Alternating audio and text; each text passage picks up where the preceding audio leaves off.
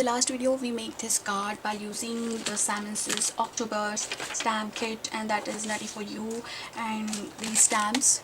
So if you don't buy that kit or you don't have, you can buy the papers separately. This one is the Lawn Fawn's paper, simply platted paper, and this kit known as Nutty for You, Nutty over You, sorry.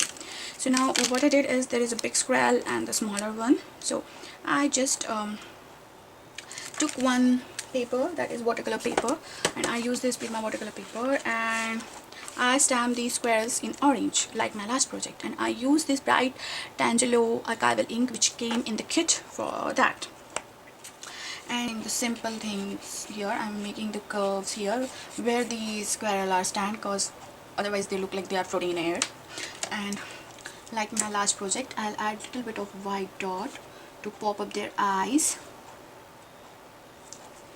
Okay, and now here I want to mention one thing. If you don't have, means you are afraid of drawing things, then you can use your curves, or you can use this curve die cut, or you can use anything curvy which is handy to you. You can use like these curves to make this kind of things. Or if you don't want to do that, just make one curve or print out it and just cut it out it to use as a template. And now there are these squares, and I just want to draw the line between them, their hands, and it is kind of a sagging line.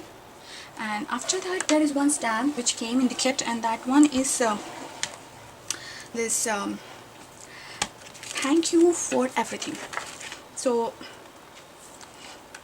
I'm kind of making that thing, maybe something like that. So I'm planning to do is,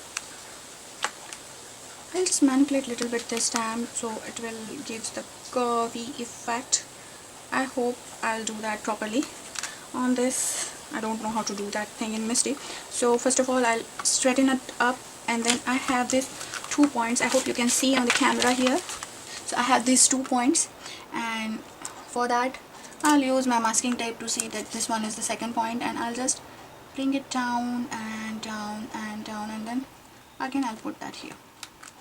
So after doing that, I will see that how it will look, and yeah, I'm quite happy that how it's looking. And now I will stamp that. So again, I'll use this black licorice ink. These inks are a little bit wet, just like the distress inks, and you can plan them and add the. And now I'm using here super fine clear detail embossing powder by Ranger. So now you can see it catches a little bit of that embossing powder. I'll just hit it. So as these are watercolors and I'm using archival ink, I don't know how will it react with the water, and it might be get something wrong with it. So before going ahead, I will plan to use another orange ink on this. This time I will use distress ink. You can use actually here a plain Versamark ink also, that will also be fine. I just want to show you the different kind of variation in inks, that whichever you can use here, and you can see that I get that little bit different kind of marks goes. And before, I should use the same ink at that time, but here I'm not hiding my mistake. I will use the same panel that I'm planning to use here, and I will just rub this kind of mixing this distress ink over it, and it is kind of creating shadow kind of thing, I think, cause it will not overlap, it will just overlap. It is not at the same spot as I thought or it should be, but still I will use the same panel here. As I see, it's a real-time video, I'm not editing any mistakes or something like that what I did before. So whatever it is, I'll just pick the same thing will stay in. Now it's time to remove those extra lines which I draw. It's kind of making the string. I'm kind of planning to make a string out of it, and I'll use a little bit of anti-static powder to remove those dirt here. And now in this stamp you can see this bow. You can use that if you want to, but I thought that this small squirrel is really small to do such thing, so I'll just draw by hand. And it just like that.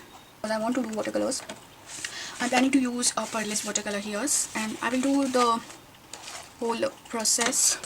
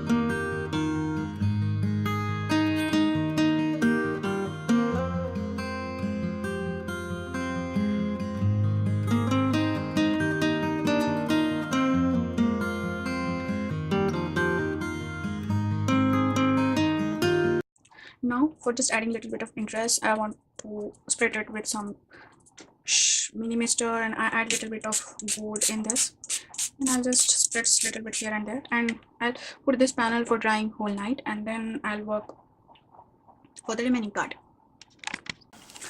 So I put this paper in one rough copy paper, and now you can see the shimmer on this, and while I missed it, it lose a little bit of color here and there, but that creates a really nice effect and something different to the card.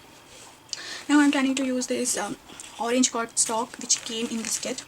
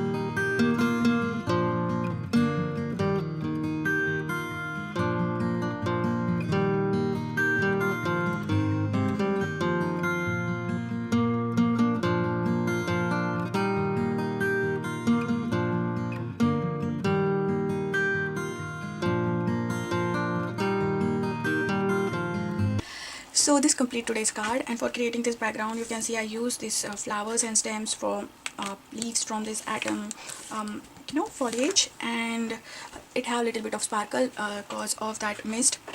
I add little bit of sequence here and there, just make more interest in this card, and this twine to match all the themes together. For inside, I use the yellow paper, and the same pattern paper I use for matting here. So this complete today's card. If you like it, give it thumbs up, subscribe to my channel. You can follow me on Facebook, Pinterest and Instagram also.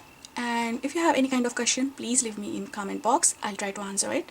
And for more such fun cards, please subscribe to my channel. Stay. So until the next crafty project, have a crafty life. Bye bye.